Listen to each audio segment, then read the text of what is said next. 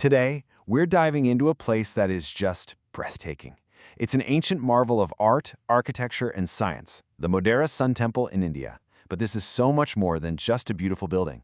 It's a thousand-year-old testament to an incredible understanding of the universe. So, let's get into it. And this is the question that just blows your mind, right? How could a structure built a full millennium ago act as a perfect astronomical instrument? I mean, how did its builders pull off a level of precision that feels almost modern, aligning their creation not just with the land, but with the entire cosmos? Because this is the moment it all makes sense. Twice a year, on the spring and autumn equinoxes, when day and night are perfectly equal, something incredible happens. As the sun rises, the very first rays of light shoot directly through the temple's main entrance, past the assembly hall, and deep into the inner sanctum, and they would have landed exactly on the idol of the sun god Surya. It's a breathtaking display of celestial alignment. And look, this was no accident. The temple's power comes from its deliberate, absolutely brilliant design. Its creators weren't just building a place of worship, they were building an ode to their astronomical knowledge. The facts behind it just tell the story perfectly. It was built way back in 1027 AD by a king whose clan, the Solankis, actually called themselves descendants of the sun. And its location? Get this. It's sitting almost exactly on the Tropic of Cancer, perfectly positioned for the sun. The whole thing, the stepwell, the hall, the sanctum, is laid out in a perfect east-west line. It was built for this purpose. So how did they do it?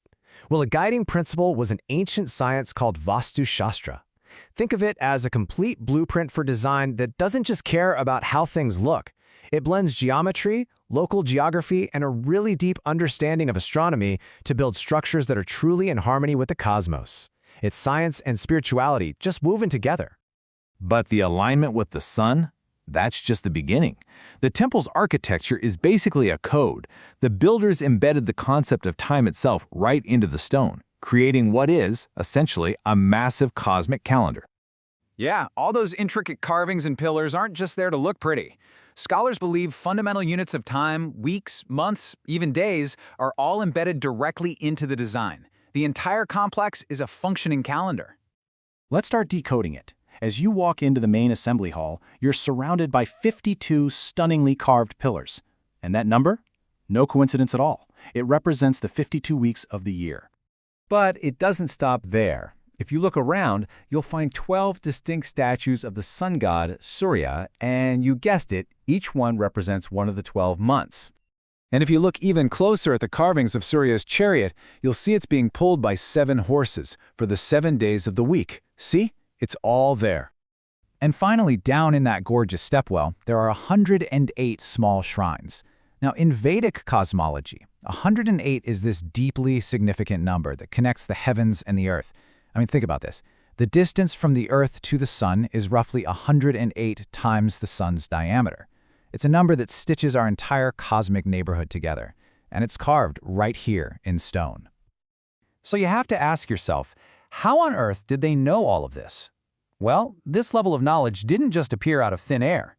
The Modhera Sun Temple was the grand finale, the culmination of centuries of groundbreaking scientific and mathematical thought in ancient India.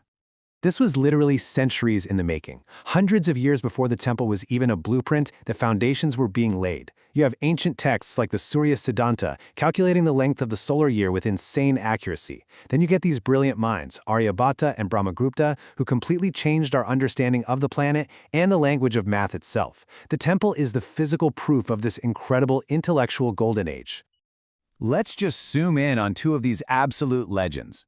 Around the year 500, Aryabhatta proposed a spherical Earth that rotates on its own axis, and he even hinted at a sun-centered solar system. A century later, Brahmagupta established the rules for using zero, a concept that would change the world, and he described a force of attraction that pulls things to Earth. Sound familiar? That was centuries before Newton. So, okay, why does all of this matter to us today? Because these weren't just isolated ideas floating around. They were foundational concepts that would go on to shape the entire modern world. I mean, just think about the impact here. The decimal system and the revolutionary idea of zero, or shunya, are the basis for all modern math and computers.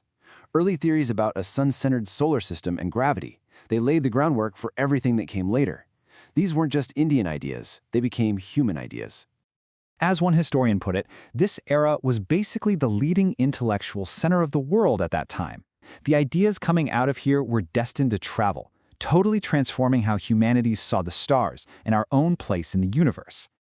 And that's exactly what happened. This incredible body of knowledge was picked up by Arab scholars who translated it, refined it, and built upon it. From there, it spread west, eventually helping to fuel the scientific renaissance in Europe. You can draw a direct line from these ancient Indian thinkers to the scientific world we all live in today. The Modhera Sun Temple is just this powerful reminder that history is filled with hidden knowledge, encoded in stone and in story. It makes you wonder, doesn't it? What other ancient marvels are out there, just waiting for us to finally learn their language and unlock their secrets?